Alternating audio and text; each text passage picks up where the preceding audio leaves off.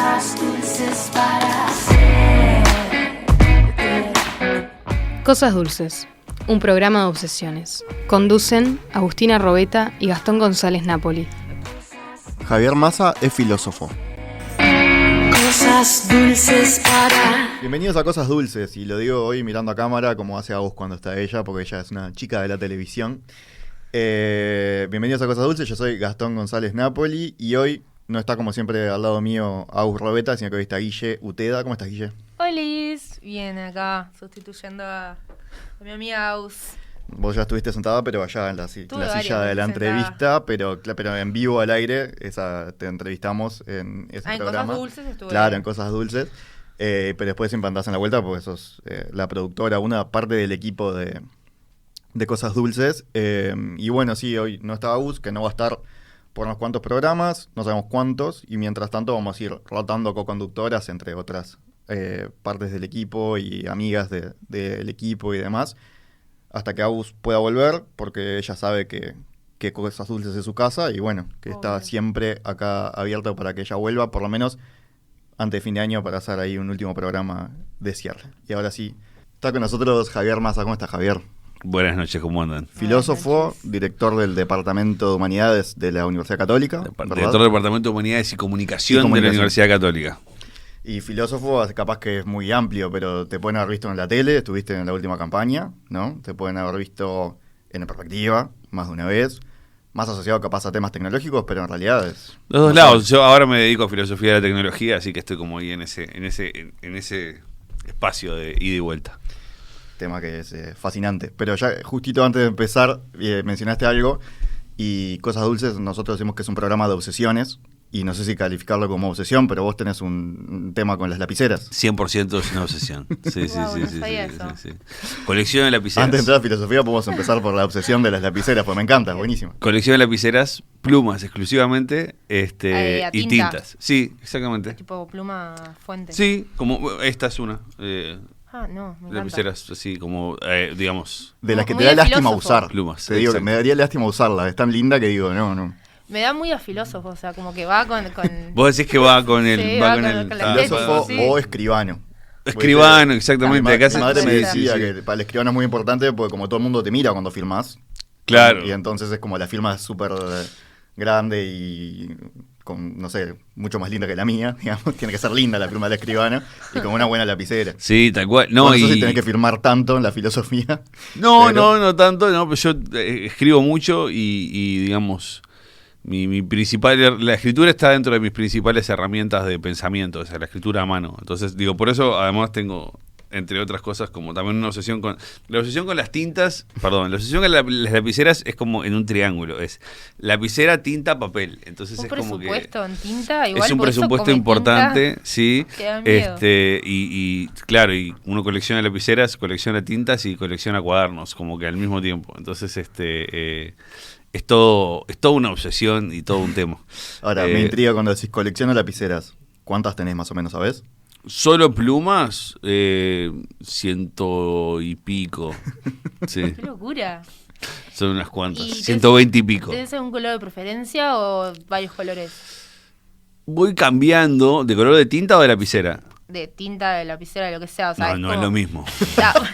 O digo, o sea, escribís con azul y negro, a eso me refiero, o puedes tener ahí un violeta, poner un verde, ¿no? Bien, te cuento.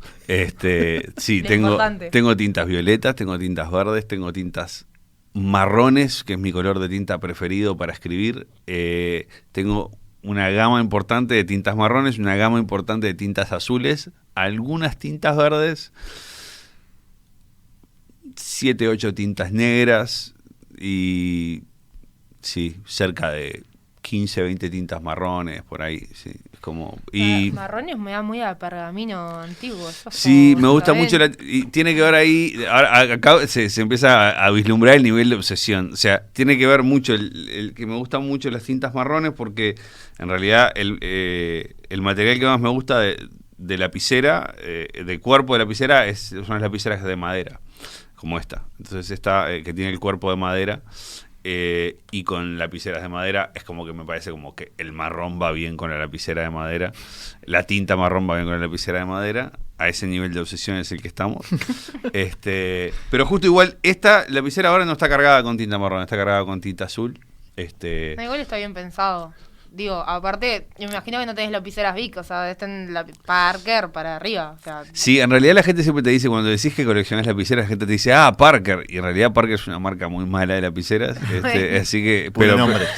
Pero es la sí, que conocemos los no. tengo algunas coleccionistas. lapiceras Parker, sobre todo viejas. De hecho, mi primer pluma fue una Parker que arreglé, que era de mi madre. La arreglé, la encontré en un cajón. Me metí en internet a mirar una cantidad de tutoriales sobre cómo arreglar lapiceras. Qué increíble cuando buscas esas cosas y hay. Y hay, Siempre exacto. algún chino ya lo hizo. Sí, claro. Bueno, y a ver, y al día de hoy yo escucho podcast de lapiceras. No puedo creer que exista O sea, eso. hay una comunidad. Hay una comunidad importante de lapiceras, hay una comunidad importante de coleccionistas de lapiceras en el mundo online. Hay convenciones de lapiceras en Estados Unidos. ¿Has ido o tenés ganas? Por lamentablemente no he podido ir a ninguna. Pero ahora tengo un viaje a Estados Unidos en diciembre y no coincido con ninguna convención. Menos mal, porque si no, mi bolsillo se lamentaría Ay, muchísimo. no. Yo, la última pregunta que tengo con esto es 120 más o menos, dijiste, 120 y pico. Capaz que la estás tirando para abajo para no. 120 y algo, ponele, sí. Menos de 150, entre 120 y 150. Bien. Solo plumas. Después tengo otras, pero no las uso tanto. La pregunta es, ¿dónde las tenés? ¿Es un cajón tiradas así nomás? ¿O tenés No, cuidadosamente dispuestas? no. Están cuidadosamente dispuestas en estuches con felpa y o sea, el hobby de tener las lapiceras viene a cuento de poder hacer varias cosas con ellas. Una, cargarlas de tinta y escribir con ellas, que es la principal. Dos, cuidarlas y tenés que mantenerlas decoren. en lugar, claro. Pasarle la franela. Es pasar la franela y todo esto. Y la otra es lavarlas, hacerle mantenimiento, limpiarlas y yo qué sé. Y ahí hay todo como un espacio de cuidado y saber cuáles son los plumines con los que escribís y cuáles son los plumines más gruesos, los más finos, qué trazo. No todas las plumas se escriben igual en horizontal que en vertical. Es todo un maravilloso mundo en el cual, digo, tenemos, es más, uno de mis podcasts preferidos de esto se llama The Pen Addict. O sea que se los recomiendo profundamente. O sea que son podcasts en plural. Podcasts, sí, seguro, sí. Sí, regularmente ahora estoy siguiendo 2, que son los que me da para escuchar más o menos por semana, episodios de 1 hora y pico cada uno, sobre lapiceras. Y perdón que la ignorancia, pero ¿qué tanto hay para hablar sobre lapiceras? Ni te imaginas. Ni te imaginas, muchísimo. O sea, desde los colores de tintas nuevas que salen, lapiceras nuevas que salen, hasta cuestiones de mantenimiento o de el plumín de tal tamaño, o sea, de tal marca, cómo se compara con el plumín de tal tamaño de otra marca, el trazo de tal lapicera alemana comparado con el trazo de tal lapicera japonesa, o sea, es como... No, yo siento que un poco te entiendo. Yo soy artista plástica y como que te entiendo. Bueno. He tenido plumas, el tema de las tintas, los colores, eso te lo entiendo, pero nunca imaginé como la lapicera específica, o sea... Claro, toda la parte de limpiar la propia, o sea, como Claro. la lapicera como... Pues el pincel me imagino que requiere menos mantenimiento. Obvio, por eso mismo. La Metés en un lapicera es coso como y- tiene como un sistema mecánico, ¿no? Como que algo... Bueno, si quieren ya para entrar como en el costado más filosófico de por qué colecciono encanta. lapiceras, que tiene mucho que ver también con mi profesión, es que, ya les digo, para mí es uno de mis principales instrumentos de trabajo. Pienso mucho escribiendo, necesito tener algo a mano para escribir todo el tiempo. Y cuando descubrí mi afición por las lapiceras tuvo que ver con esto de poder tener a mano para escribir un instrumento de escritura en el que yo pudiera poner un poco más de cuidado y con el cual tuviera una relación bastante más cercana que con un instrumento que fuera desechable. O sea, mi pasión por la colección de las lapiceras plumas viene como en directa proporción de cuanto más colecciono de lapiceras y cuanto más me apasiono por las tintas y las plumas y yo qué sé, más detesto las lapiceras Bic no por decir una marca, perdón, pero digamos las lapiceras de, digamos... Las baratas de oficina. Las baratas de oficina, esas que te dan en congresos y te regalan, o sea, eso me parece... Esos son terribles, que se te rompen a los 2 segundos. Sí, es como que me parecen que son como una especie de insulto al buen nombre del instrumento de No, escritura. pero se entiende, porque en realidad es verdad, como que la lapicera es como un medio para un fin, o sea, es como lo que te permite, o sea, no desarrollar el pensamiento, pero sí como plasmarlo de alguna forma, entonces... Sí, a mí me pasa eso como que es la manera de tener una relación un poco más significativa con algo que utilizo a diario. ¿no? Entonces es como, bueno, trato como de justamente de encontrar eso de que no solamente tengo que escribir mucho, sino que bueno, cada vez que voy a escribir ahora disfruto, además de usar el instrumento. Entonces es como que disfruto un poquito cada día en la oficina de elegir con qué lapicera voy a escribir, porque tengo más de 3, 4, 5 lapiceras cargadas con distintas tintas al tiempo y es como que voy eligiendo con cuál escribo en qué momento. De hecho no vine con la mochila, pero si hubiera venido con la mochila hoy podría mostrar, exhibir unas cuantas. Siempre andás con una gama en la mochila así. 5 o 6 siempre, sí. Depende de la ocasión. Claro. Siempre tengo una en el bolsillo, pero también siempre tengo varias en la mochila. No hay riesgo que se te reviente, te salte la tinta. No, o algo así, no. Si la descuidadita y eso no pasa. Tenés que saber cómo llevarla nomás, nunca boca abajo y tal. O sea, y además te obliga a hacer eso, a tener como ciertos cuidados con el instrumento y tener como presente de que te estás acordando de que tenés una lapicera en el bolsillo, ¿no? Hay una historia de Paul Auster que es muy graciosa sobre cómo llegó a tener una lapicera siempre en el bolsillo y está bueno eso de tener conciencia de que siempre tenés un instrumento de escritura encima y como es también a lo que me dedico y a que siempre de vez en cuando agarro y estoy escribiendo alguna idea y voy por ahí, y me ha pasado eso de repente se me ocurre algo y también en la profesión está mucho eso de que de repente, o sea, como trabajamos intelectualmente, estamos como muchas veces tratando de pensar y tratando de establecer conexiones entre ideas y no sé qué, pero es cierto que muchas veces se te ocurre algo en la ducha, ¿no? O sea, o mientras estás manejando o mientras estás por dormirte y tal. Y hay veces que que esas ideas son como una especie de la punta del ovillo de lana. O sea, agarrás y está esto que se me acaba de ocurrir, ¿no? Lo anoto, lo tengo guardado y después me lo guardo como para empezar a tirar un poco de esa puntita de ese ovillo de lana, ¿no? Porque, de hecho, y ahora sí ya si quieren entrando un poco en esto de hacer filosofía, uno de lo que aprende muchas veces es que uno tiene como esta idea a veces del filósofo, del artista incluso, ¿no? Como esta persona que de repente en un momento le brota una idea madura, ¿no? Y de la nada, ¿no? O sea, esa idea que aparece, ¿no? Y de repente ¿no? Como si Descartes hubiera amanecido con las meditaciones metafísicas en la cabeza, ¿no? O sea, yo creo que ahí hay una idea, no sé, o Lord Byron hubiera amanecido con el Don Juan también en la cabeza y hubiera tirado todos los poemas ahí adentro de un cuaderno, ¿no? No, son horas y días, igual meses de práctica, de ideas, de borradores. Y de trabajos y de reescritura. Y yo creo que ahí, lamentablemente, yo creo que culpo mucho a determinada corriente del romanticismo por esta idea del artista inspirado y no sé qué, que también te traduce a otras profesiones que tienen que ver con el trabajo intelectual y que para mí hace mucho daño a veces con las vocaciones, digamos, con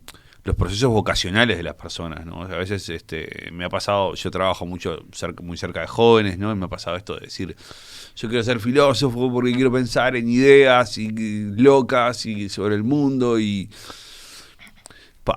la vida cotidiana del filósofo se parece muy poco a esto de pensar en ideas locas sobre el mundo y pensar en qué sería del éter, ¿no? O sea, y se parece mucho más a un trabajo como, yo diría más como de rumiar ideas, ¿no? De estar como masticando una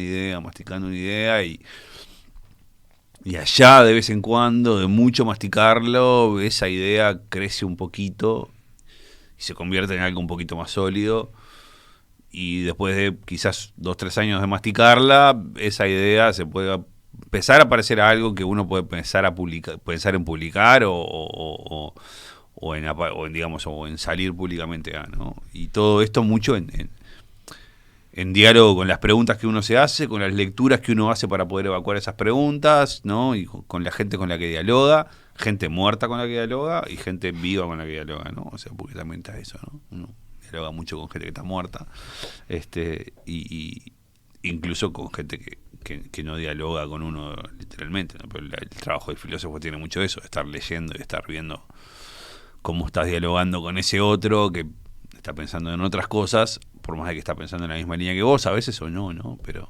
eso es como parte de... Bueno, yo justo con eso quería arrancar, que era o sea, cómo es el trabajo del filósofo en el siglo XXI, porque en realidad, no sé, como que uno se imagina un filósofo, yo me imagino, como dijiste recién, Descartes ahí con la Descartes. pluma escribiendo. Pensando enfrente de la estufa, ¿no? Claro, No tipo sé por qué así. siempre enfrente de la estufa, ¿no? Porque ¿Habrá arranca algún así el dibujo discurso o del algo? método. Ahí va, es por eso. En ¿no? un- O las meditaciones metafísicas, creo que los dos arrancan así. En una plaza, Sócrates en el Ágora. ahí, O tipo- Sócrates en una plaza, ¿sí? Pero en el siglo XXI, como ¿qué es lo que hace un filósofo? ¿Cuál es como...?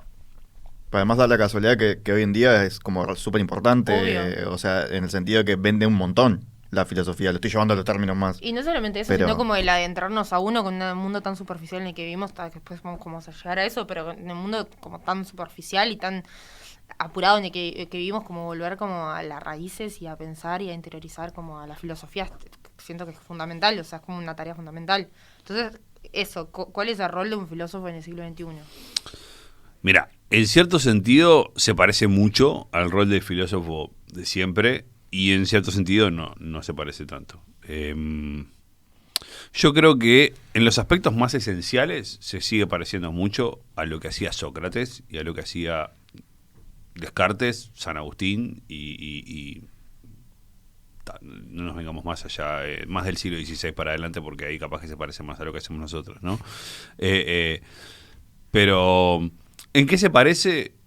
Para mí es en estos aspectos claves de lo que es ser filósofo, que significa hacerse preguntas, ¿no? O sea, en ese sentido, los filósofos seguimos obsesionados con las preguntas y seguimos obsesionados con encontrar algunas respuestas y hacer preguntas sobre esas respuestas, ¿no? Y en perfeccionar nuestras preguntas, ¿no? En esto que yo les decía antes de como de rumiar la pregunta, ¿viste? Y sacarle punta al lápiz y tratar de hacer la mejor pregunta que puedes hacer y como tratar de mirar de cerca el problema lo más cerca y lo más, digamos, ajustado posible que podés llegar a eso. Pero también esto otro que a mí me apasiona de mi profesión es que es como que tener presente de que tampoco te puedes obsesionar mucho con esa mirada que tenés del problema, porque te estarías, si querés, como quedando en las respuestas y olvidándote de que lo importante del trabajo del filósofo son las preguntas, ¿no? Entonces es como, al tiempo que te quedas como muy obsesionado con una respuesta, salite de ahí y tratás de volver a buscar otra pregunta.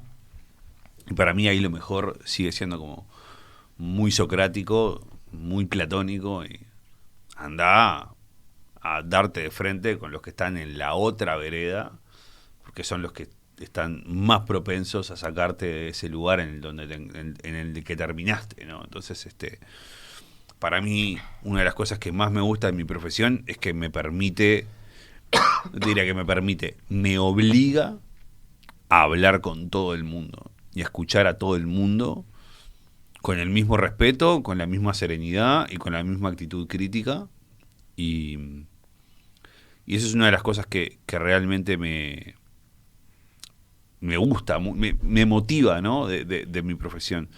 De hecho, me acuerdo, siendo bastante más joven, en una discusión con un veterano filósofo, a quien aprecio muchísimo, teníamos una discusión y yo hubo un momento en donde mitad por respeto, mitad por ser joven y mitad por incapacidad, si querés un poquito en aquel momento, y por miedo en esa discusión de mesa que estábamos teniendo, me quedé callado, no dije más nada y le di la razón, ¿no?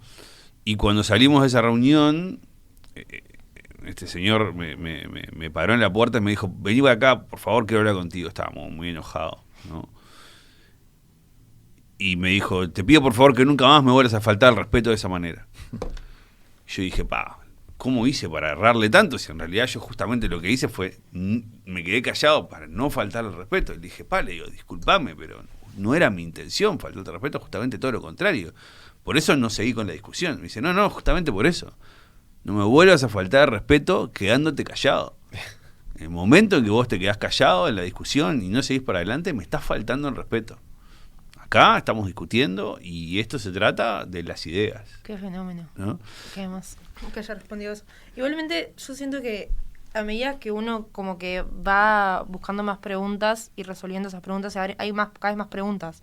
O sea, ¿me explico? Sí. Y mi pregunta es, ¿cómo no te volvés loco? Yo a veces como que me abrumo con preguntas existenciales que no me corresponden, porque, o sea, sí y no, porque en realidad, ¿qué me va a servir saber, no sé, tipo, cómo se creó el universo?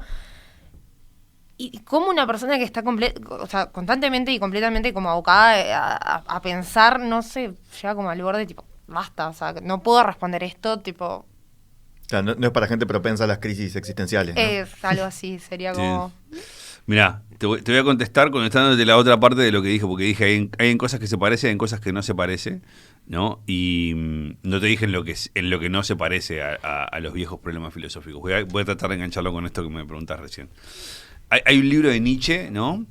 Que se llama Ecce Homo, es uno de los últimos libros de Nietzsche. Esto de los últimos libros de Nietzsche es como recontra polémico, porque la mitad los editó la hermana era nazi, se los regaló a los nazis. Hay toda una polémica en torno a los últimos libros de Nietzsche. En este particular, este no es tan polémico necesariamente como otros, pero ahí Nietzsche tiene una frase como que tiene un pasaje breve, como escribía Nietzsche en Aforismos, que donde dice, empieza como a filosofar, y hace una serie de preguntas y no sé qué, al final dice, bueno, al final larguemos todo y vamos a tomar una cerveza, dice, ¿no? Sí. Y yo creo que, a ver, en ese lugar hay como siempre un escape que también está bueno para nosotros en la profesión tenerlo como siempre presente. Eso de decir, está bien, yo no pienso que esto sea solamente mi trabajo, sino que creo que también a mí esto me apasiona y me va la vida en esto, ¿no? Si no, no lo haría. Y creo que diría lo mismo si fuera plomero o si fuera mecánico, ¿no? O sea, pero de hecho hay un gran libro sobre mecánica y filosofía, mecánica de motos y filosofía, después lo recomiendo. Pero creo que está bueno también pensar de que por más de que en esto te vaya la vida, no te va toda la vida. Y que hay una otra parte de la vida en donde está bueno vivirla. Y yo te diría algo así como poner las preguntas en pausa como para poder, por un momento, estar en otra sintonía, ¿no? O sea, es como... yo escucho mucha música cuando trabajo, ¿no? Y tengo como listas para determinados momentos de trabajo, ¿no? Entonces no todo el tiempo estoy escuchando a Bach, sino que hay veces que cambio y escucho un poco de jazz, y hay veces que cambio y escucho un poco de electrónica, porque... Nunca cumbia. Sí, Villera. obvio, tengo muchas listas de cumbia, sobre todo que escucho con mi hija, ¿no? Y sí. No, pero está bien, hay que distenderte, de mucha acuerdo. plena, más que cumbia villera, ahí soy un poco más clásico y vamos a la vieja y querida plena uruguaya. La plena es como el valle. La plena, exactamente. Pero La plena música es tropical. Caribe con K, es a más gratis lo que Bach a Mozart. Pero, o sea, Exacto. Ese es el título de la nota. perfecto. Buenísimo. Y, a ver, y en ese sentido también hay otra cosa que está buena para poder sí reconectar con la pregunta anterior en esto de en qué no se parece la filosofía contemporánea a la vieja filosofía. Y yo creo que en lo que no se parece es en que, como siempre, va cambiando mucho sus herramientas, y esas herramientas hacen que a veces cambie como digamos, el producto de salida del filósofo contemporáneo versus el producto de salida del filósofo más, si querés, como o moderno, o medieval, o antiguo. Lo que también implica que cambia un poco, bastante, las maneras de pensar, ¿no? No es lo mismo pensar para escribir un libro de 600 páginas que pensar para grabar un podcast, o que pensar para escribir un artículo que va a salir en una revista que la van a leer 15 académicos como vos, o pensar para disertar en una conferencia, o pensar para ir a un debate público en la televisión o en la radio o en donde sea, ¿no? O sea, yo soy un gran defensor de que los medios a través de los cuales se construye el pensamiento hacen mucho al pensamiento. Entonces, volvemos a mi charla, a mi conversación inicial de la lapicera y el instrumento como guía de las cosas que hacemos, ¿no? Entonces, en ese sentido, creo que ahí sí hay algo distinto y hoy está buenísimo también empezar como a repensar la profesión acerca de dónde las nuevas herramientas cómo las nuevas herramientas van a transformar la profesión. Y obviamente la inteligencia artificial creo que es uno de los desafíos más interesantes que se le plantea a la filosofía, como se les plantea a todas las profesiones del mundo en este momento, ¿no? O sea, yo hace unos días, instalé un plugin de OpenAI en el programa que utilizo habitualmente para trabajar. Es un programa de procesamiento de notas. Y lo estoy empezando a usar y evidentemente está como estoy empezando a interactuar con el bot de la inteligencia artificial y me está empezando a decir cosas acerca de la base de datos donde yo guardo todas mis ideas, por decirlo de alguna manera. Y sí, evidentemente me está cambiando un poco la dinámica de trabajo, me está diciendo cosas acerca de mis propias ideas que yo antes no me daba ¿No te da cuenta. un poco de miedo?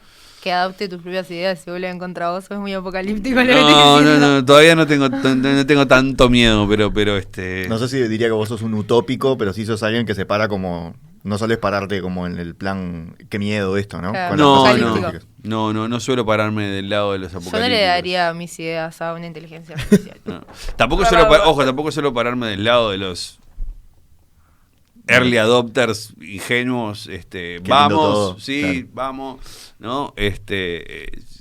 Como siempre en todo, en esto soy muy aristotélico, el punto medio es como y crítico es como un lugar interesante, ¿no? O sea, ¿para qué estoy usando la herramienta?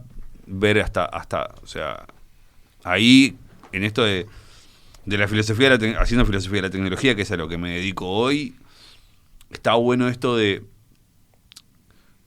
siempre tener un uso que te permita estar encima de la herramienta y no permitir que la herramienta te use, o al menos no permitir que la herramienta te use sin que vos te des cuenta de que estás siendo como que estás entrando en los canales por los cuales la herramienta te está diciendo, pidiendo que entres, ¿no? O sea, Yo sé que te estoy dando los datos, pero lo hago sabiendo que me Claro. vas a dar tal producto, ¿no? Pero tener cuidado de lo que uno le da, por ejemplo. claro, en el momento que vos empezás a producir para que la inteligencia artificial entonces pueda hacer tal cosa, ahí tenés como un problema, y voy a ponerlo entre comillas, ¿no? O sea, porque en realidad eso no lo pensamos para con la escritura. Vos no pensás, bueno, entonces si yo estoy escribiendo para poder publicar un libro, entonces estoy teniendo un problema. No lo pensás así, de hecho no. De hecho decís, yo voy a pensar para poder publicar un libro. Bueno, se parece mucho a decir, yo me voy a poner a pensar para darle cosas a la inteligencia artificial para que la inteligencia artificial me haga tal cosa. Pasa mucho esto a veces, que nosotros tenemos miedos para con las nuevas tecnologías. Tenemos miedos de tener conductas para con las nuevas tecnologías que no nos damos cuenta que son prácticas habituales para con las viejas tecnologías, ¿no? O sea, yo en esto siempre me peleo muchísimo con los psicólogos y neurólogos y neuropsiquiatras, ¿no? Que vienen con el argumento de que las nuevas tecnologías van a alterar la forma y la manera de la forma de nuestro cerebro. Chocolate por la noticia. Digo, a ver, Viene pasando hace muchos años. claro, contame algo nuevo. Decime algo nuevo, porque hasta ahora no hay nada nuevo bajo el sol, ¿no? Ahí sé lo que vas a decir Claro, porque te he escuchado decir en otras oportunidades, pero una lapicera también es tecnología. Claro, por es Exactamente. ejemplo. parte de la evolución del ser humano. De Ir hecho, descubriendo herramientas que... De hecho, hoy en día utilizamos una palabra tecnológica, una palabra de origen y con relación pura. Perdón. De hecho, hoy en día utilizamos una palabra que tiene un origen estrictamente vinculado a una tecnología particular para hablar sobre si la gente está o no educada e instruida para ser funcional en una cultura, y esa palabra es la palabra analfabeto o alfabetizado. Decir que una persona es analfabeta quiere decir que no está instruida en el uso de la tecnología del alfabeto, que es un artificio y es una de las tecnologías más importantes en la historia de la humanidad, que cambió la neuroplasticidad del cerebro por completo, que nos llevó a pensar de una manera completamente distinta a la que pensábamos antes cuando no había escritura, ¿sí? Tanto así que hoy decimos que, bueno, que es una piedra tan fundamental en nuestra civilización que una persona que es analfabeta es una persona que tiene muchísimas dificultades para integrarse a la vida social de modo satisfactorio, ¿no? Esto equivale a decir imagínate que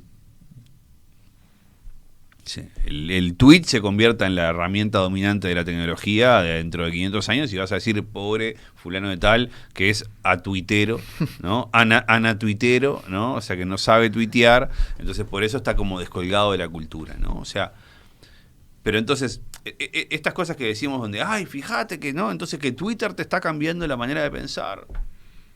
Bueno, Probablemente la escritura, o sea, la gente ya sabemos que la manera de transmitir conocimiento era diferente, ¿no? O sea, de la oralidad a la escritura, obviamente, pero seguro cambió la memoria, por ejemplo, ¿no? Claro. O ese tipo de cosas. dejaron Ya no. plasmado cosas. Desde el momento en que una vez que tenemos el celular con la agenda infinita, yo ya no me acuerdo de números de celular, ¿no? Y que no sé si hizo que cambió mi memoria, pero seguro cambió una práctica, ¿no? Anda más para práctica atrás. A común. mí el ejemplo que me encanta acá es, de hecho, Platón en el Fedro recoge un diálogo de Sócrates donde Sócrates destroza la escritura y dice, ese invento nuevo que no sirve para nada, que va a destruir el conocimiento, por favor, sálganse de ahí.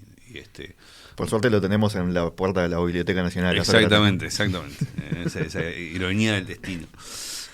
Igual yo insisto en que quiero seguir pensando de que lo pusieron ahí porque está la feria de Tristán Narvaja, que es el lugar en donde debería estar la estatua de Sócrates, en el medio de la feria. La miras del otro lado del 18. Exactamente. Pero fíjate que para mí hay dos grandes maestros de los cuales conservamos memoria del mundo de la cultura preescrita, ¿no? El mundo griego de la cultura preescrita, que son Sócrates y Homero, ¿no? Si vos agarrás la Ilíada en la mano, son...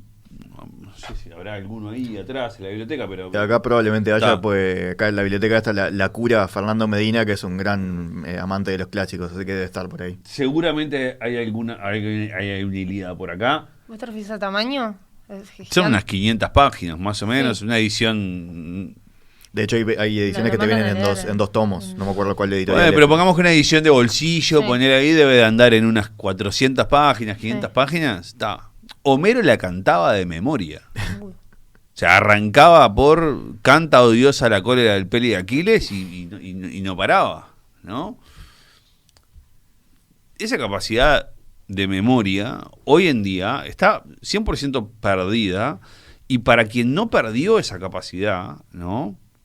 Resulta una capacidad, te diría que casi que anecdótica. Es como, no, a veces pasa esto de, mirá, qué simpático el abuelo que se sabe de memoria el Martín Fierro. Qué lindo. Pero tampoco ¿no? siento que es tan necesario. O sea, ¿te Porque lo no es puedes necesaria. anotar? Exacto, porque no es necesaria, pero fíjate que Homero, en el mundo griego, era extremadamente necesario. O sea, es el conocimiento que tenía Homero y lo que podía hacer Homero no era anecdótico, ni mucho menos, no. Era un pilar fundamental de la cultura. Claro. El rapsoda, el tipo que podía recuperar de su memoria líneas y líneas y líneas y líneas y líneas de poemas que además recuperaban la historia de su pueblo, ¿no? O sea, es como... Era una pieza fundamental de esa cultura, no era un adorno, No, obvio. ¿no? Hoy la persona que recita la Ilíada es un adorno de la cultura, con todo el respeto que me merece. Lo las personas aplaudís, que lo- pero en realidad está. Sí, Qué fenómeno. Qué pintoresco esto, Claro. ¿no? O sea, pero no es necesariamente Claro. la persona que está como más al día de la vanguardia de hacer cosas que pueden efectivamente cambiar o mover la aguja de lo que sucede ahí. Y yo me pregunto, por ejemplo, si dejara de existir, o sea, no va a dejar de existir el lenguaje, o sea, vamos a seguirnos comunicando, supongo, hablando por un largo tiempo. Pero el otro día, por ejemplo, vi un artículo que decía en la universidad de no sé qué, habían desarrollado una forma de pedirle cosas a internet a través de la mente. O sea, vos tipo pensabas y te Sí. dirigías, tipo, no sé, pedías comida y ahí no estás hablando, o sea, es con tu... Es una de las cosas que está desarrollando Elon Musk, ¿no? Con Eso. Neuralink. Sí. ¿Ahí no te parece como habría un retroceso o vendrá a ser un poco más de lo que estamos hablando? Tipo, bueno, podemos encontrar nuevas formas de comunicación. No, seguro que es una nueva forma de comunicación. O sea, no sé si definitivamente sería un retroceso. Porque, a ver, ahí es bien interesante en esto de, en el proceso de estudiar la historia y la evolución de las formas del pensamiento y de las herramientas del pensamiento, que son lo que Marshall McLuhan llamaba las tecnologías de la palabra, ¿no? McLuhan. La palabra hablada, la palabra escrita, la palabra eléctrica, la palabra digital, ¿no? Es como esto de... Yo creo que muchas veces cometemos el error muy tonto de creer que las nuevas tecnologías de la palabra van a anular a las viejas tecnologías de la palabra, ¿no? Y digo que es tonto el error, porque, en principio porque además los cometemos todos, todo el tiempo. Es como que no falta el programa, el crítico, el pensador que cuando aparece la tecnología X viene y dice, bueno, esto va a significar la muerte de tal otra cosa y no sé qué, y ya no lo vamos a... Yo digo, esta gente no mira, o sea, es como que hay veces que como que porque te rompe los ojos de que nadie dejó de escribir después de que se inventó la radio. No, igual yo escribo mucho menos. A mí me das una lapicera hoy en día y yo escribo de forma. Ponele que escribís menos, pero... El otro día pedí yo para... llevo la compu a la facultad. Sí, pedí en clase, que yo doy Me clase también matás. en facultad, pedí si tenía una hoja para hacer una cosa y nadie tenía. Bien. Y nadie tiene una lapicera tampoco. Pero, a ver, pero se sigue escribiendo en la computadora, la escritura sigue Sí, siendo... sí. Bien. No, perdés el... Bueno, nadie dejó de hablar. ¿No? Es como si pensáramos, bueno, se inventó la escritura y la gente ahora va a dejar de hablar. No se van a dejar de comunicar entre ellos. No sucedió. O sea, y por ejemplo, a mí me encanta esto de cómo a veces McLuhan tenía una manera de pensar en esto que decía que también las nuevas tecnologías también traen viejas cosas de otras tecnologías que parecían como estar perdidas, ¿no? Y por ejemplo, en el smartphone, con la venida del smartphone, yo hoy creo que fuera del aire, ya me pierdo un poco que dijimos, no, al aire y fuera del aire, no sé, bueno, no importa. No importa. No repetilo. Que hablaba de que yo escuchaba podcasts. Sí, al aire, fue al aire. Lo dijimos Al al aire. aire, bien, mis podcasts sobre lapiceras, Sí. ¿no? Y yo de hecho hoy escucho más contenidos, si querés, como radiales, entre comillas, en forma de podcast, y a veces, bueno, de hecho, muchos programas de esta misma radio los termino escuchando post la emisión en forma de podcast, si Sí, querés. yo la escucho, que trabajo en Perspectiva, la escucho por Spotify después. Exacto, En vivo, ¿no? rara vez. Rara vez. Y entonces, y me pasó de que desde que tengo las aplicaciones de podcast en el teléfono, escucho más podcast, escucho más radio, perdón, de lo que escuchaba antes, ¿no? Y esa cosa como de La vuelta, reinvención ¿no? de la tecnología. Y cómo WhatsApp trae de nuevo a veces esto de la comunicación oral casi telegráfica con los mensajes de audio, ¿no? O sea, porque no es lo mismo tener una conversación por teléfono donde interactuamos de ida y vuelta más fluido que una conversación de audios de WhatsApp, ¿no? O sea, yo por ejemplo me doy cuenta porque no puedo. Yo soy muy malo para conversar vía audio de WhatsApp. O sea, yo al tercer audio te llamé por teléfono. Que te pasa mucho más tiempo en realidad. Pero No. tengo colegas que me dicen, no me llames, mandame un audio. No, pará, yo no puedo, Lo que pasa disculpame. es que también te da como otro timing, no sé, te da tiempo para pensar lo que querés contestar, te da tiempo también para responder cuando vos querés ya llamar, es como que te aprieta a responder de Me momento. ganó la ansiedad a los 5 minutos y te llamé ya te llamé por teléfono. Es que me pasa esto de no entiendo por qué pasa, ¿no? O sea, pero de vuelta, es muy telégrafo eso. La herramienta de Sí, comunicación obvio. que funcionaba así era el telégrafo. Te mando, vos lees, me mandás, ¿no? Y era una comunicación Bueno, y era el mucho mail. menos fluida, de hecho, ¿no? Es mucho menos fluida. El mail funciona medio que como carta. El mail, ¿no? O sea, de hecho, sí. Bueno, mirá, ya que lo traes esto de traer de nuevo viejas tecnologías, a mí cuando me fueron a instalar internet por primera vez a mi casa, corría el año 1995, ¿sí? Y obviamente no había web todavía, o sea, En eso sí, un early adopter. early adopter, pero porque me habían regalado una computadora y venía con un paquete de 3 meses gratis de internet que no sabía ni qué era. Y cuando me lo vinieron a instalar, me dijeron, bueno, funciona, me dijeron básicamente, bueno, en aquel entonces funcionaba, era como una especie de llamada por teléfono entre computadoras, ¿no?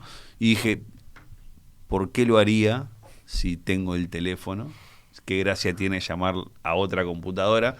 Y me lo quisieron vender diciéndome, bueno, por ejemplo, podés mandar mails, ¿no? Podés mandar emails. Y digo, ¿qué es el email? Y me dicen, bueno, es como una especie de carta, pero en la computadora. No tenés que llevarla al correo. Y yo dije, ¿quién manda cartas? ¿No? O sea, en el 95 nadie mandaba cartas. O sea, evidentemente la carta ya... o sea, O decís que la carta no muere con el mail, ya venía muriendo. la carta venía... Muere con ¿no? el teléfono. El teléfono venía matando la carta, Claro. ¿no? O sea, ¿no? Y entonces dije, ¿quién va a mandar cartas? ¿No? O sea, el mail en ese momento era eso. Fíjate hoy, ¿no? O sea, no hay, creo que, oficina en el mundo que pueda funcionar hoy sin Entonces, correo. O sea, le sacás el correo al trabajo de oficina y es como, bueno, no sabemos qué tenemos que hacer, ¿no? O sea, de hecho yo a veces me enojo en la universidad cuando la gente me dice, bueno, te mandé un mail. No importa nada, o sea, digo, mandaste un mail, todo bien, pero digo, charlemos acá. Digo, ¿qué pasa con esto? Solo ¿no? te puedes comunicar vía mail. Claro. Diría hacer una pausa y así después terminamos la entrevista con un bloque más corto, pues nos fuimos como a 40 minutos de bloque. Un montón. Yo, lo último, para cerrar nomás el bloque, Javier, yo me precio tener buena memoria, entonces Sí. espero no errar. Te recuerdo dos cosas de tus clases que, como dijimos, esto sí antes de empezar la entrevista, fue hace tiempo y mejor no sacar las cuentas. Pero te recuerdo que vos tenés una muy buena imitación de un chileno enojado. Y que antes de la tecnología, en realidad te especializabas en filosofía medieval, puede ser, o renacentista, ¿no? Como Sí, estudié Maquiavelo. mucho filosofía del Renacimiento. No sé cómo hacer un filósofo renacentista con una imitación de un chileno enojado. No, pero siempre me acuerdo de que ahí dijiste algo y lo dijiste abuelo, porque contigo hicimos introducción al pensamiento filosófico, que fue básicamente todo, ¿no? Sí. Onda no sé si empezamos con Tales de Mileto, pero más o menos. Más o menos. Y terminamos, no sé, no me acuerdo si hablamos algo de Nietzsche, seguro hablamos algo de Nietzsche. Y capaz que Wittgenstein ahí sobre Pero el final, nos sí. salteamos, metimos un par de medievales, ahí Santo Tomás, San Agustín, calculo, Sí. y nos salteamos el Renacimiento. Entonces nunca llegaste a hablar de Maquiavelo y tiraste nomás al paso en aquella clase que él en realidad se dice que él dice, que de Maquiavelo se dice la frase, el fin justifica los medios, y vos dijiste, en realidad nunca lo dijo él. Y Nunca siempre lo me dijo. quedé con la pregunta de entonces por qué decimos eso. Pero te lo pregunto en el arranque del segundo bloque, ¿te parece? Al arranque del corte que viene. Dale. Yo lo que me refiero es lo de... Nada, que cuanto más sabes, más querés saber. Y eso como que no te termina llevando como a un círculo vicioso en el que eso te termina Bueno, como... a ver, eso sí, y ahí sí en parte Enloqueciendo de esta una idea forma. de la ignorance is bliss, ¿no? O sea, esto de decir... Por eso mismo, yo creo que una persona que se mantiene como al margen, viviendo simplemente, puede llegar a ser más feliz. O sea, depende también de como el término de felicidad que tenga cada uno, ¿no? Pero llegar a ser como más pleno. Pasa que ahí es como una concepción de la felicidad como felicidad en la ausencia de preocupaciones. Sí. ¿No? O sea, decir, yo soy feliz en la medida en la que no tengo Y bueno, en el preocupaciones. siglo XXI creo que la felicidad se podría traducir en paz. Es un muy buen tema para empezar el segundo bloque y dejarlo que yo te dije para después. Yo venía acá, tipo, tenía unas ganas de preguntarle con respecto tipo, al Pero tema para mí, felicidad. Lo que estás diciendo vos es un motivo por el cual la gente no entiende Rey León. Sí, estoy de acuerdo. La gente, tengo una conocida que tiene tatuado Hakuna Matata. Sí. Hakuna Matata, sin preocuparte, es como hay que Sí, vivir. sí. El mensaje de la película es que justamente No. Él sale de Simba Hakuna Matata. aprende A que no, eso no es lo correcto. a no vivir en Hakuna Claro. Matata. Claro, Sí, sí, sí. capaz La que no gente... tiene que vivir en el tiene que mantener cierta diversión, lo que sea, pero él aprende que tiene que tomar sus responsabilidades. Claro, de acuerdo. pues, o sea, él sale de Hakuna Matata. O sea, por eso pero ese la es el gente, mensaje de la el otro día película. lo decía, si mal no recuerdo, fue que no sé si fue con Sharon, que está del otro lado ahora de las camas. Solo me dice que sí, fue Bueno, con ella que le planteé esto mismo. Lo primero que me dice mi psicóloga es que tengo que, para estar, o sea, bien, es tipo levantarme, ir a clase, ir a gimnasio, o sea, cumplir con mis responsabilidades, o sea, tipo el pilar fundamental para que una recuperación, tipo, no sé, de cualquier terapia, es tipo que una persona, tipo, pueda hacer, o sea, se va a sentir feliz pudiendo hacer las cosas. Si vos no estudias, si vos no haces nada y te quedas todo el tiempo, tipo, haciendo nada, eso es una persona infeliz. Entonces creo que estoy de acuerdo, creo que como el... Sí, ahí en la cuestión de obviamente que Poder sentirse útil. esto no es ni siquiera como para empezar en 7 consejos para dar la clave de la felicidad, ¿no? O sea, pero yo creo que ahí sí una cosa importante es, yo siempre digo esto para mí una de las lecciones más importantes de la filosofía, más en clave existencial, si querés, ¿no? Como la filosofía como terapia de vida en general, como forma de vida, es esto de... es muy socrático. Hay dos, de hecho, dos filósofos, uno es Sócrates y el otro es Heidegger en el siglo XX, ¿no? Que vuelven a la misma idea, ¿no? O sea, esto de... Sócrates dice la vida no examinada no merece la pena ser vivida, y Heidegger dice algo así como nunca te permitas ser pensado por otro, ¿no? Esto de... Yo creo que en eso sí para mí hay una infelicidad importante en la vida inauténtica, en la vida inauténtica en el sentido de cuando vos estás viviendo una vida que no tenés como, no llegás a poder concebir como propia. Es decir, yo no, o sea, es como... Sí, o sea, en el como momento no que estás yo, por pensando. ejemplo, como mozzarella, porque pienso que la mozzarella es lo mejor, ¿no? Y soy presa del marketing y entonces voy y me compro la mozzarella o la Tasty Double Triple Burger Bacon Extra no sé cuánto. Taparterias. Que si me la quiero comer porque me la quiero comer, y la última Veggie Double Burger Bacon que salió, para mí es lo mejor del mundo, y estoy convencido de eso, bárbaro. O sea, hacelo. No quiere decir que todas las decisiones vayan en contra del marketing o en contra... O sea, no vivimos en ese mundo, no tenemos la posibilidad. Sí tenemos la posibilidad de vivir en un mundo en que nos quite la menor posibilidad de autonomía, Claro. y en ese sentido de apropiación de nuestras propias ideas y de nuestras propias prácticas. Y tu libertad de poder elegir. Sí, de ser consciente incluso de aquellos espacios en donde no puedes elegir, Claro. ¿no? Y saber que, bueno, a ver, en esto no puedo elegir y tengo que hacerlo de esta manera, y bueno, allá iré y sabré qué invertir de mi tiempo y de mi espacio vital para eso, ¿no? O sea, pero no necesariamente, digamos, para mí perder la capacidad crítica para con cualquier cosa sí es como una pérdida muy importante. Obviamente que en esto adolezco de la profesión de la que provengo, digo, pero sin duda de que en esto de vuelta que lo decíamos, ya estamos al aire, estamos grabando. Sí. Está, Y sí. pongámosle que sí. Al momento que yo dije, este es un buen tema para empezar el Está segundo bloque, perfecto, ahí ya estábamos. empezamos. A ver, en esto adolezco un poco de lo mismo que lo que decíamos antes, esto es decir, no permitas que el instrumento te use o ser usado por el instrumento, usá vos al instrumento, y ahí creo que hay una cosa como bastante más interesante que decir, bueno, está. Entonces yo ya tengo tipo piloto automático que salgo de casa y te posteo la selfie en Instagram porque así tengo 55 likes y no sé qué. Y ahí el instrumento te está usando y vos estás como cayendo presa ¿no? Si lo estás haciendo como por distinto reflejo. Ahora, si vos estás haciendo porque para vos tener una vida en Instagram es tu objetivo en este mundo, vamos. Me estás leyendo la mente. Vos justo quería preguntarte eso con respecto a la felicidad y al mundo tipo hiperconectado que tenemos.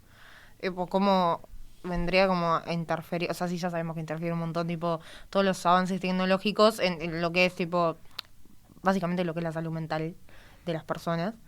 Pero yo me pregunto, ¿cómo ves eso en el futuro? Tipo, siento que las nuevas generaciones como que cada vez venimos peor en lo que se refiere tipo a salud mental. O sea, cada vez estamos como más preocupados por nuestra imagen, por del Instagram, estamos todo el día con el celular, hiperconectados todo el día y nada, es como ¿qué va a pasar con eso? Es como que en algún momento vamos a decir, no sé cuál va a ser el quiebre.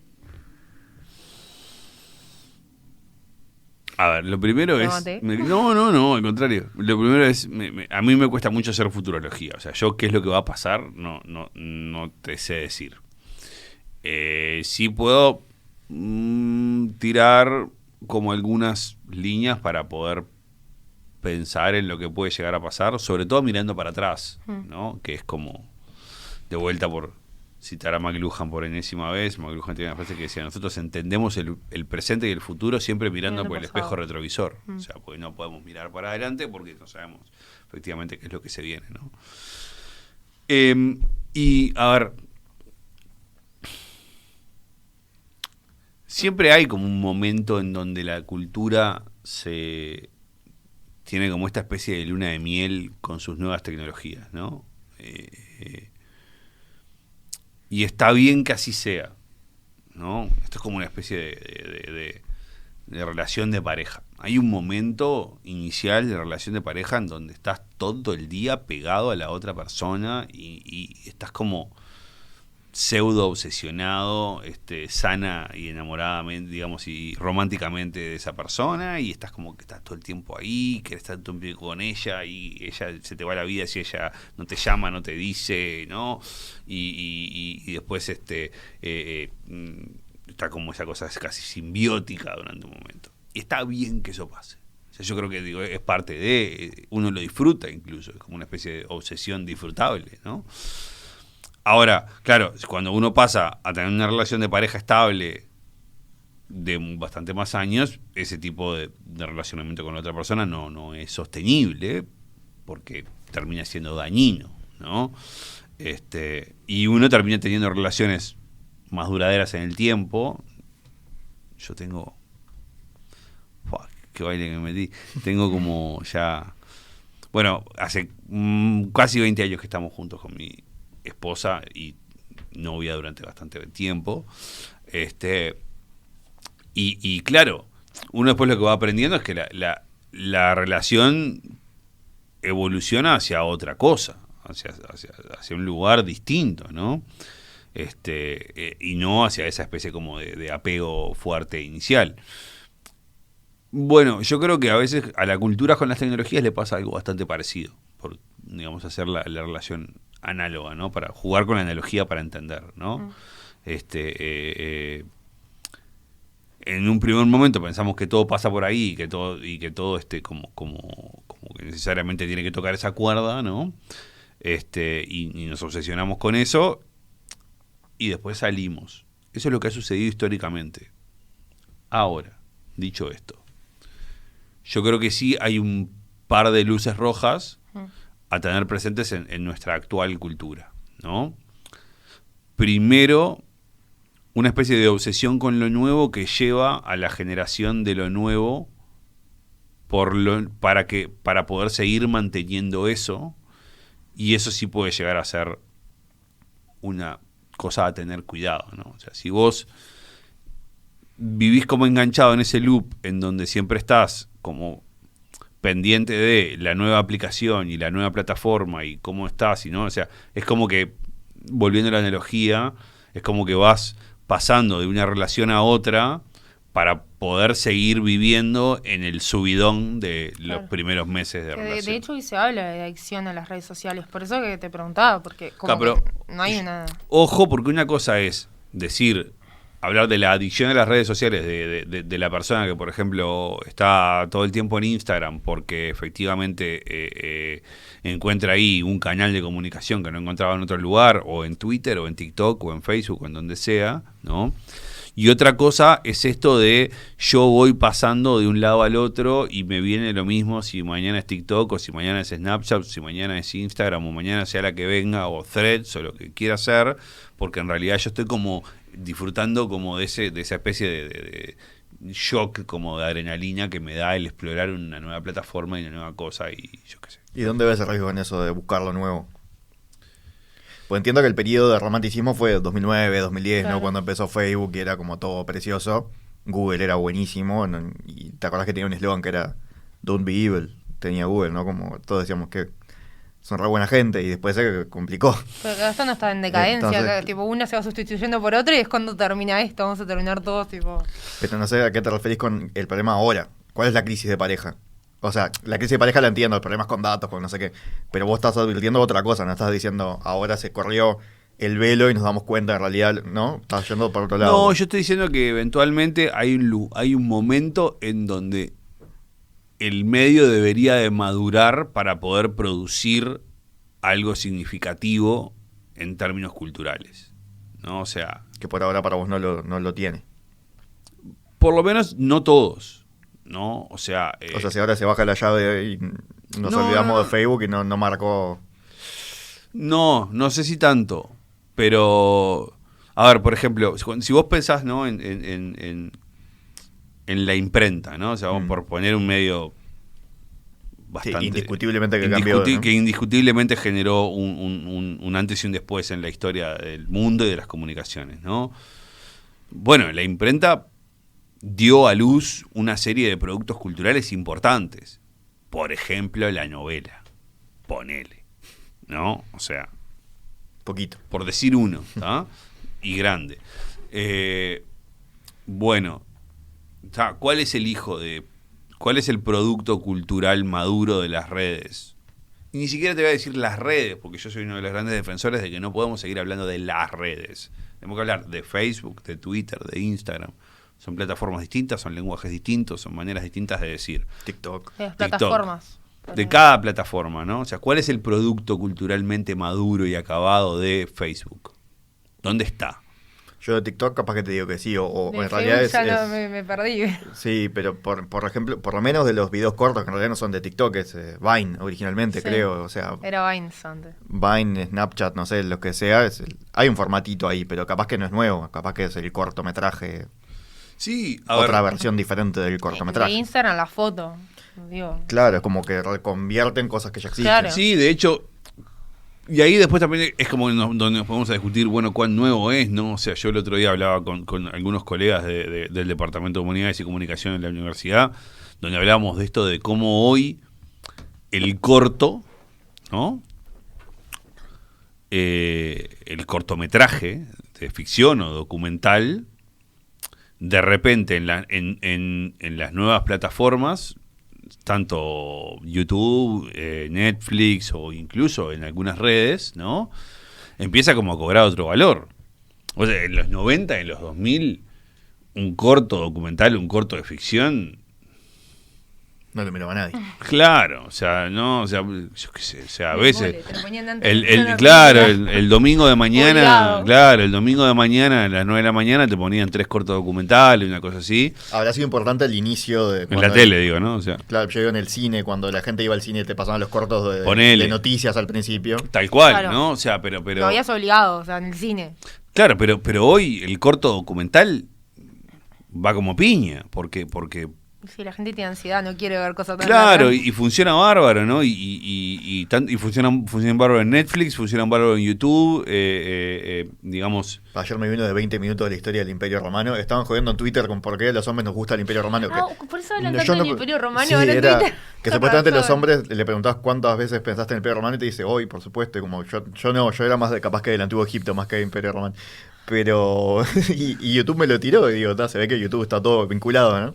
Y me lo vi, sí, 20 minutos, toda la historia de Del 1000 video- años. En medio, 20 minutos 1000 es años. buenísimo. Claro, el video corto, ¿no? Y cómo, bueno, y eso hace como 10 años no estaba, ¿no? O sea, pero, a ver, por ejemplo, yo creo que hay algunos indicios de determinados lenguajes en cultura de redes que son como incipientes, pero que todavía no son algo en sí mismo, ¿no? O sea, para mí la cultura del meme, por ejemplo, como un modo de comunicación, como un modo de expresión, perdón, es una cultura muy interesante. Es un modo muy interesante de comunicación en el sentido de que es algo novedosamente propio de estos medios, ¿no? Si no recuerdo mal, un día yo tuiteé algo de eso y vos me contestaste diciendo que lo estabas como rumiando. Sí, Porque con una amiga, con mi amiga Candela, que trabajaba acá en la radio, estábamos hablando por WhatsApp y nos empezamos a mandar stickers y ella me dijo, esto está cambiando el modo de comunicarse. Tal Ya cual. el humano vuelve al jeroglífico, digamos. Claro, ya. comunicarse con imágenes. Y le entendés al otro lo que te quiere entendés decir. y comunicás, Eso es más sí, fácil. y ahí Está igual procesado el pensamiento.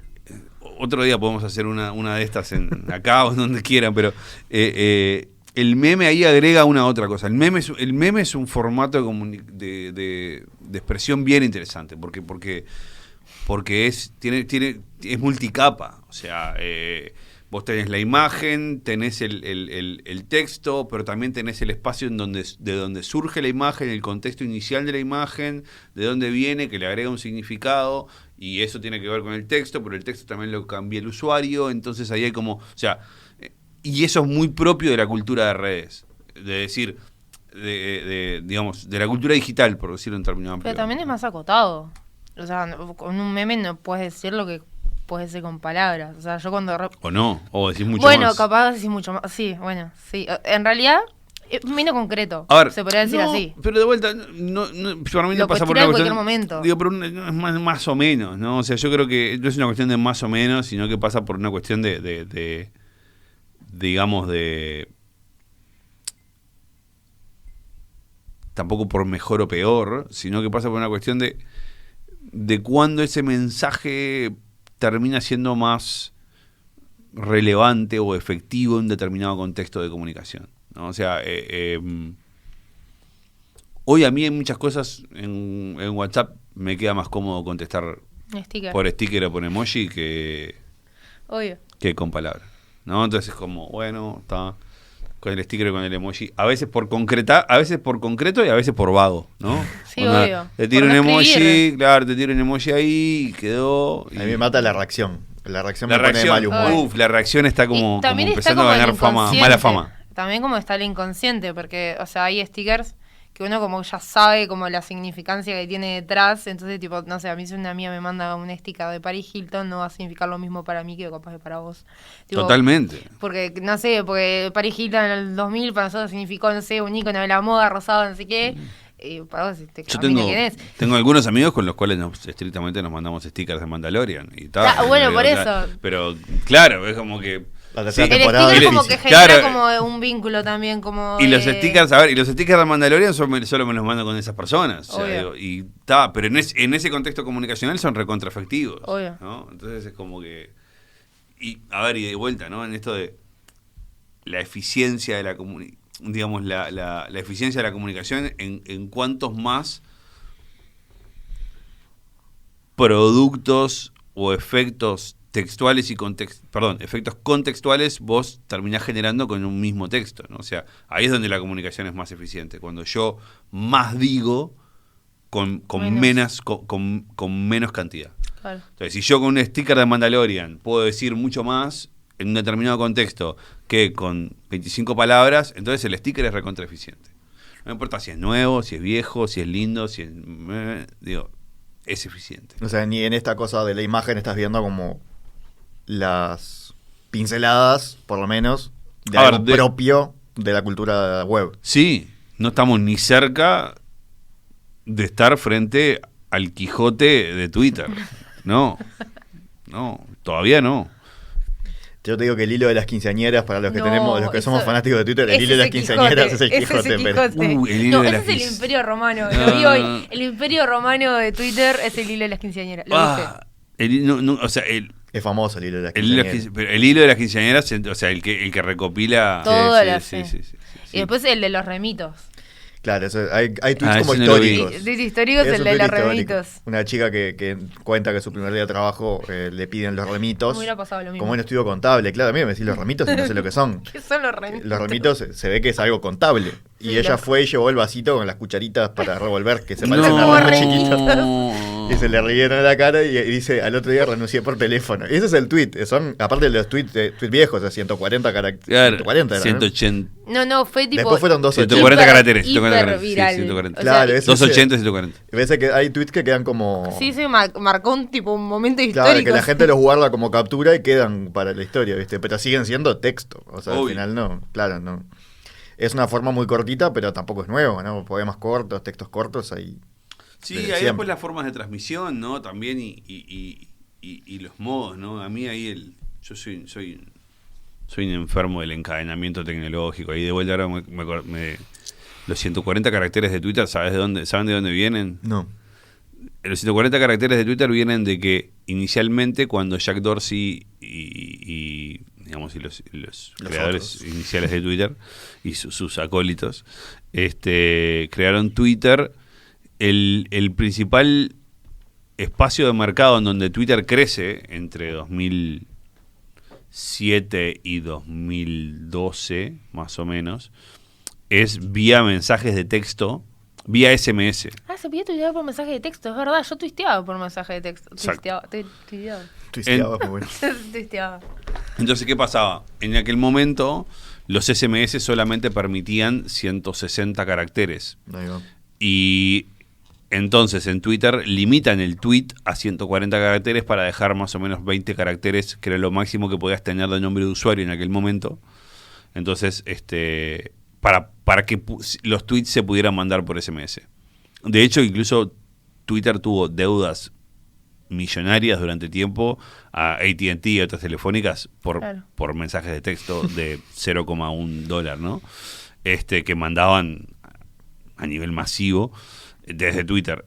Y de ahí vienen los famosos 140 caracteres de Twitter, de que era necesario tener 140 caracteres para poder mandarse Igual por está SMS. bueno, porque te obliga a ser como Conciso. conciso, concreto con tus ideas. O sea, está bueno eso de Twitter, como que puedes entrar. Y cuando uno piensa en no querés tweet, entrar a tiene que leer pensar- una Biblia en No, Twitter. da igual. Si quisieras, ya comprarías un Por eso te libro. compras un libro, por eso. Entras a Twitter y es como un montón de información en muy poco espacio. Es como...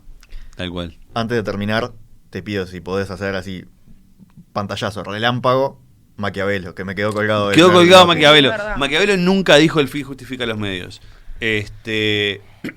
Y ahí hay como, a ver, varias puntas. Primero, nunca lo dijo.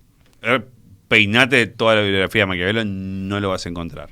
Una vuelta leí algo y ya te dejo hacer con eso, que también aprovecho para chequearlo contigo, que es que en realidad El Príncipe, que es el libro que nos llega como el más famoso, ¿no?, de Maquiavelo, que en realidad su otra bibliografía no va tan parecida a eso, y como que hay una teoría que en realidad lo escribió para dejar contentos a los... ¿Quiénes eran? Los Medici. No es una teoría, es un hecho. Pero nadie lo sabe, o sea, quedó maquiavélico como una... Sí, y puede, el Bueno. tipo en realidad puede, pensaba otra cosa. Flaco, tipo, sos maquiavélico, se utiliza como un adjetivo, pero en realidad capaz que el flaco era re bueno, ni idea. A ver, acá voy a tratar de hacer corta la explicación sobre Maquiavelo, pero que no me va, Que va a ser no va a ser realmente. fácil. En este momento la grabación son las 10:20 de la noche. Voy rápido, a ver cuán Por rápido vos lo digo, puedo vos. hacer. La cosa es así, Maquiavelo era inicialmente un diplomático de la República Florentina. La República Florentina existe entre, digamos, en un determinado momento en el Renacimiento, en donde cae el reinado de los Medici, se funda la República y después vuelven los Medici al poder. ¿Tá? Que en ese momento que se funda la República Florentina, Maquiavelo oficia como de el canciller de la República Florentina, el ministro de Relaciones Exteriores. ¿tá? O sea, capo, no era un X. No, era un oficial muy importante. ¿tá? Y ahí le toca conocer, en ese momento, además un momento muy, digamos, tumultuoso, agitado de la historia de Europa, ¿tá? Con muchas guerras intestinas en lo que todavía no era Italia, ¿tá? Pero iba a serlo, a muchos personajes bastante, digamos, problemáticos, por sacarle un tinte moral, ¿no? César Borgia, otros generales, etcétera, etcétera, ¿no? Y evidentemente ahí Maquiavelo conoce de primera mano los manejos del poder, ¿no? Y cómo efectivamente esas personas manejaban el poder y digamos, se mantenían en el poder, sobre todo, ¿no? En un determinado momento, los Medici recuperan el poder en Florencia y efectivamente, como suele suceder, persiguen a todos los del régimen anterior, incluido Maquiavelo, que termina preso durante un tiempo en Florencia por haber pertenecido al régimen anterior. Sale de la cárcel de pura casualidad, entre comillas, porque justo coincide el tiempo que él está preso con el momento en que eligen como papa a un hermano de el que en ese momento era el Medici que estaba gobernando en Florencia, y los Medici en plan festejo se ponen contentos y dan una amnistía general y largan a todo el mundo, ¿no? En plan festejemos juntos, ¿no? Festejemos Florentino, festejemos, ¿no? O sea, y ahí Se Maquiavelo subían sale. a los semáforos, ¿no? Así Claro, como... al obelisco, que más no quedaban. Y ahí Maquiavelo queda libre, pero lo que le pasa es que efectivamente queda libre, pero queda sin trabajo, ¿no? Y lo que él sabía hacer era ser diplomático, ¿no? Entonces le escribe a Lorenzo de Medici, ¿sí? Que es el Lorenzo, no el Lorenzo el Magnífico, sino el otro, le escribe una carta de recomendación para que lo contrate como empleado de Relaciones Exteriores, como canciller de nuevo, ¿tá? Y esa carta de recomendación es el Príncipe, donde le dice, mire, yo sé esto. Es como, Yo yo sé que siempre digo, mejor ser temido que ser amado. exacto. Todas esas Yo cosas, sé, yo siempre hago esta analogía para que se entienda. El Príncipe es el currículum más célebre de la historia, ¿no? O sea, porque Maquiavelo se lo tira así a Lorenzo diciéndole, esto es todo lo que yo sé y todo lo que yo aprendí sobre política en todo este tiempo. Y se lo mando así como por abajo de la puerta. Entró bajo la puerta, o sea, digo, sabía era bastante, ¿no? Más o menos. Como diciéndole, mire, esto es todo, esto es lo que hay que hacer, pero nadie se lo va a decir, ¿no? Porque eventualmente la gente le va a decir cosas como, bueno, trate de ser magnánimo. Y Maquiavelo le dice, bueno, si usted se quiere mantener en el poder, lo que parece que hay que hacer y lo que hace la gente que se mantiene en el poder es esto, ¿no? Y no haga estas cosas, haga más de esto, haga más de lo otro, y ahí está la cuestión de aprenda a ser a veces como el zorro, a veces como el león, ¿no?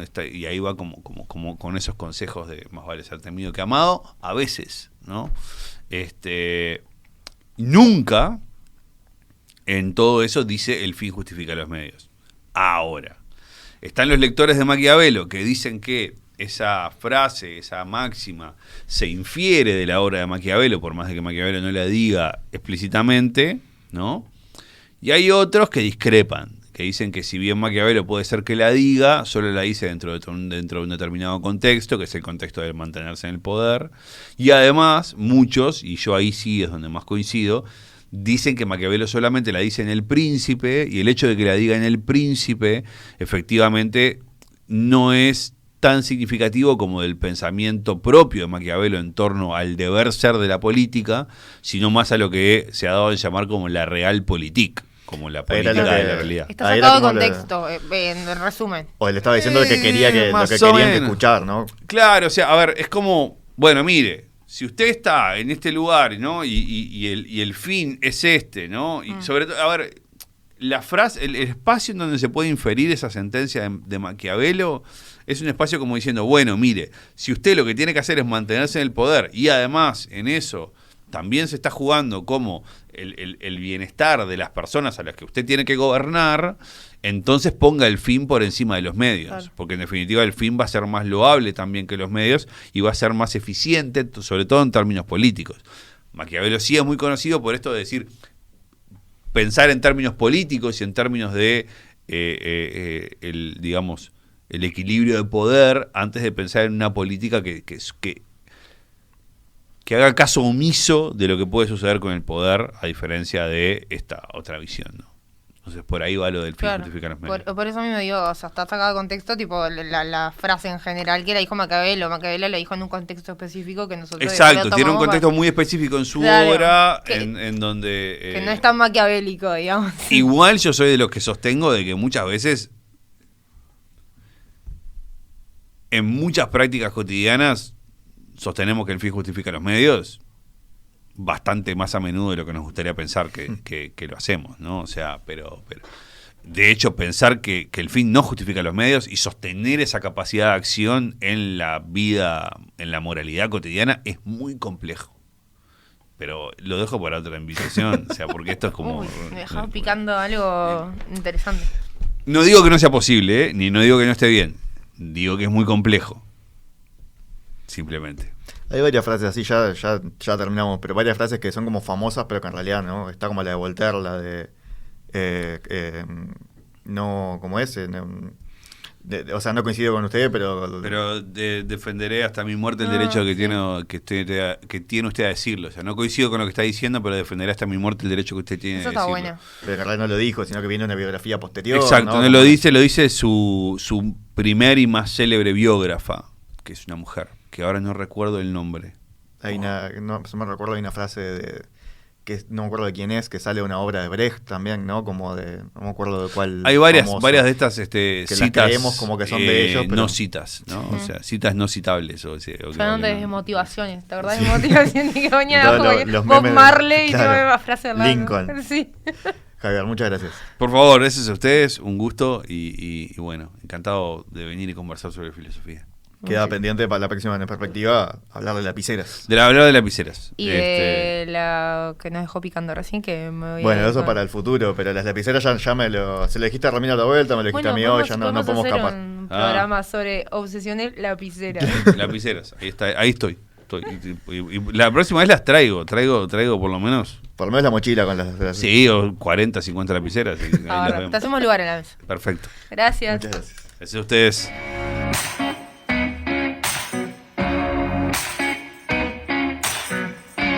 Cosas dulces